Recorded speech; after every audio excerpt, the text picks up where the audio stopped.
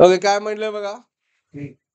A solenoid is connected to battery so that steady current flows through it.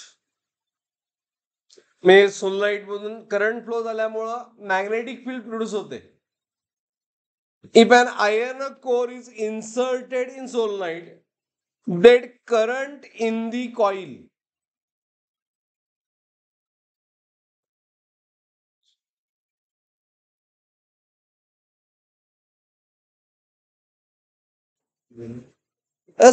Me figure मध्ये represent करतो बघा.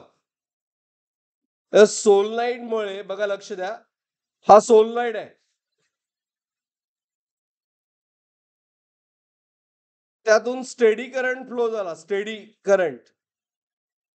त्यामुळे magnetic field develop झाली, let say for example 10 Tesla.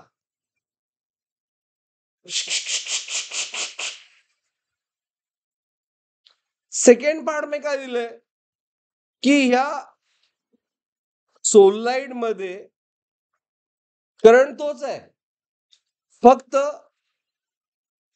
सोलनाईड insert केलाय, sorry iron core insert केला, सोलनाईडचा आहे तो. मग ह्याच्यामुळं काय होणार, असा करंट आहे डीसी, स्टेडी करंट. करंट मुळे मॅग्नेटिक फील्ड ऑलरेडी प्रोड्यूस झाले, बरोबर आहे ना. फार महत्वाचा पॉइंट सांगवलाय आता, लक्ष द्या. मॅग्नेटिक फील्ड प्रोड्यूस झाले, बट आयर्न कोर फेरोमॅग्नेटिक आहे, त्यामुळे तो सुद्धा मॅग्नेट होणार आणि रिझल्टंट मॅग्नेटिक फील्ड वाढणार. किती वाढणार, लेट से 12 झाली. मग म्हणजे magnetic field, magnetic flux change झाला म्हटली, 10 चा किती झाला, 12 झाला. त्यामुळे ह्यामध्ये ईएमएफ प्रोड्यूस होणार. हा ईएमएफ काय करतोय, करंट सर्क्युलेट करतोय. बट लेन्स लॉ काय म्हणतोय, this EMF circulate a current in a such a way that it oppose cause producing it. मग हा कॉज काय आहे, तर त्यांनी विचारलंय current in the coil is a cause दिलाय.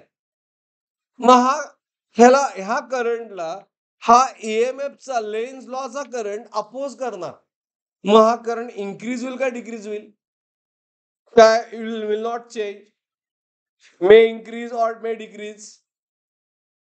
तर अपोज करणार म्हणजे काय होणार, डिक्रीज होणार. कळालं. ईएमएफ का प्रोड्यूस झाला कळालं, कारण आयर्न कोर इंड्यूस केला. अंडरस्टूड.